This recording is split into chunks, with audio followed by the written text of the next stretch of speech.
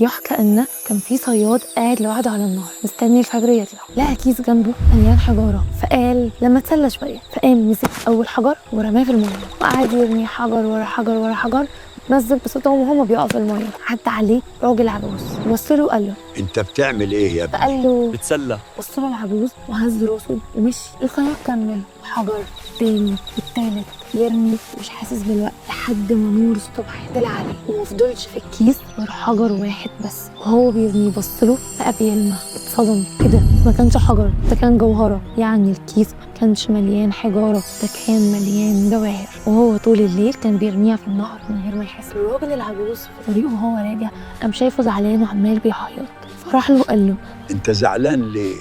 ضيعت كنز من ايدي. لو كنت عارف قيمته ما كنتش فرطت فيه. فقال له ركز كويس قوي في اللي هقوله عشان اللي جاي من عمرك.